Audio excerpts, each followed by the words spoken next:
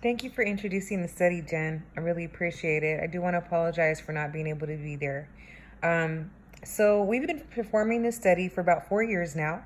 In 2015, we were awarded the 4Cs Research Initiative Grant, and this was after we transformed the special issue proposal that Jen had put together for the CWPA journal into a research initiative proposal. For my part of the presentation, I'm going to provide a bit of historical context that is meant to help explore both historical and political exigencies behind our current professional state of affairs. Currently, it feels as if we have entered the fourth wave of culture wars while we find ourselves implicated in the current political climate, starkly marked by extremist white supremacist attitudes that are anti-POC, with first and second waves being associated with the 1860s and 1960s.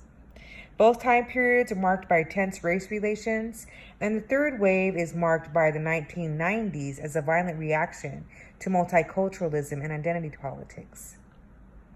Given these various waves, we have to ask ourselves, does history repeat itself, or does it merely evolve? We tend to want to equate history with progress, but has there really been a progression when it comes to race relations?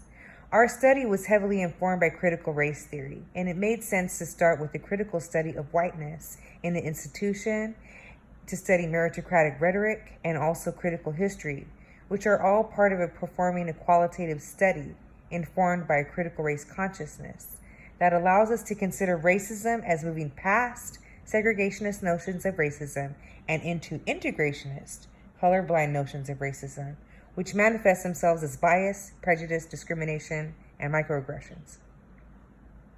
However, we must note that even in integration with integrationist notions of race, we have not been able to intervene in historical structures successfully because they have continued to cater to the maintenance of white supremacy.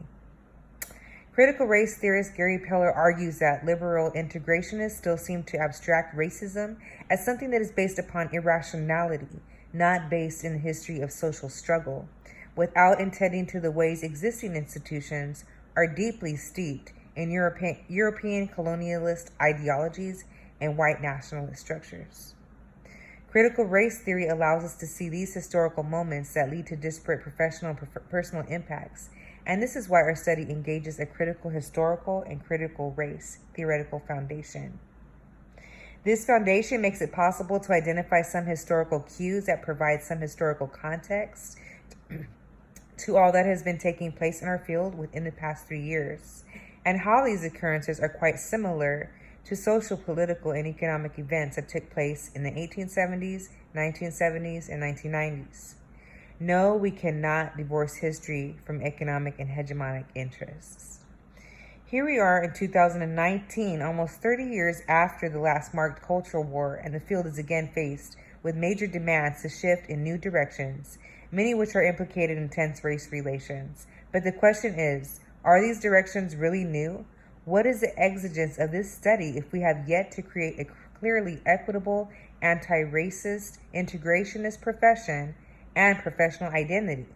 Have we agreed upon the best ways to teach ethnically and linguistically diverse student populations?